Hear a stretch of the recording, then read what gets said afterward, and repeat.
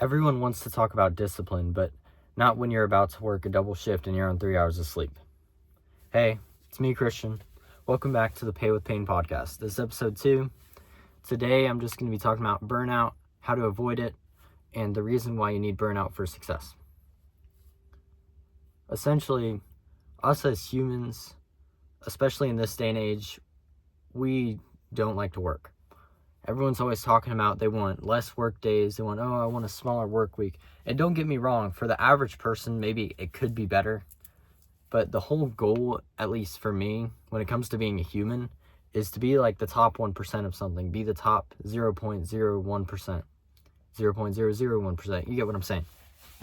So if you want to be a top performer, you have to look, like I was talking about in the last episode, you got to look at top performers and see what they're doing. And obviously, they're going to be doing something different because there's a reason why they're up here and you're down here. Now, essentially, you think about discipline and you're like, oh yeah, I just got to get up early and do my morning routine and all that bullshit. But you really got to cut out that bullshit. In the morning, when you wake up, you got to go straight to work. If you have some elegant morning routine, it's just kind of fancy. You look at someone like Alex Hormozy. He literally talks about how he just wakes up and within a minute, he's already going to work at like 4 a.m. or whatever it is. And he also, there's a lot of entrepreneurs also that deal with decision fatigue with a lot of things. So they decided, hey, I'm just going to wear the same thing every day. Alex Hormozy, he wears a flannel and tank top and shorts, same thing every day. Obviously, the flannel changes, so there's still some nuance there. But you look at someone like founder of Microsoft, Jeff Bezos.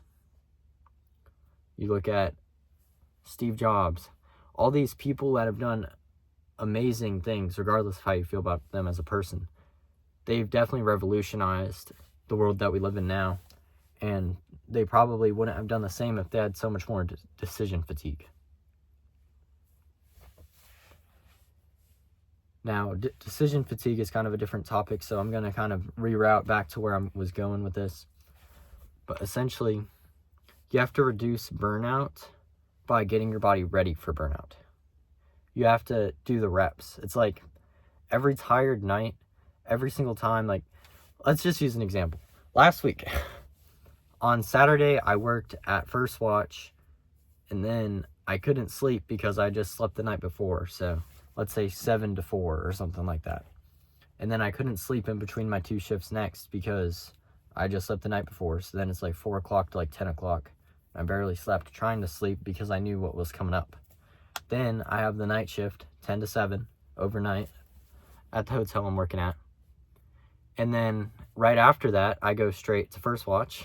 So I'm super tired. And then I get about 4 hours of sleep and do the same exact thing. I go to my 10 to 7 and then go to First Watch. What am I doing? That is the kind of sacrifices you have to make when you're in the position I'm in. Now, obviously, I'm working really hard to get out of this position, but something that's really good about today with the business is that I'm going to be able to start my warm-ups again. And, sorry, not my warm-ups. I get to start sending emails again because the warm-up's finally finished. And I'm just one step closer to getting out of this terrible loop. Because I have more of this loop later this week. Today's Wednesday or Thursday or Friday. I think it's Friday. However, I need to get better. But every single time that I'm showing up, because I haven't called out to any of these shifts. I haven't been like, oh, I'm sick. I haven't been late. Maybe 5 minutes max. I can't think of me being late, but I wouldn't be surprised if I was like 5 minutes late one of the times. I don't know. I haven't been late. I haven't missed any of these shifts because I know I need the money right now to get to where I need to be.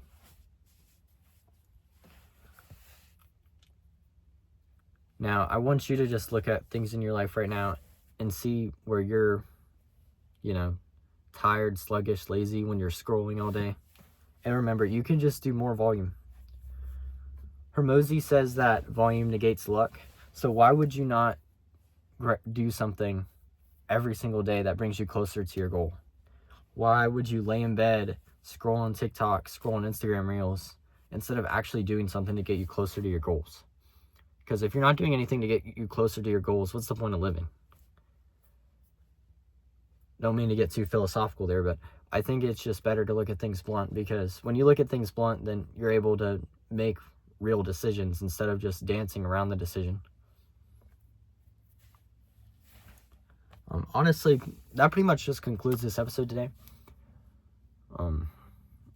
I really hope you got some value of it. If you did, drop a comment, drop a like, whatever you want to do. All I want to do is just make this podcast every day, keep uploading, make it better. Any ways I can improve, let me know down in the comments. I'll talk to you guys later. See you.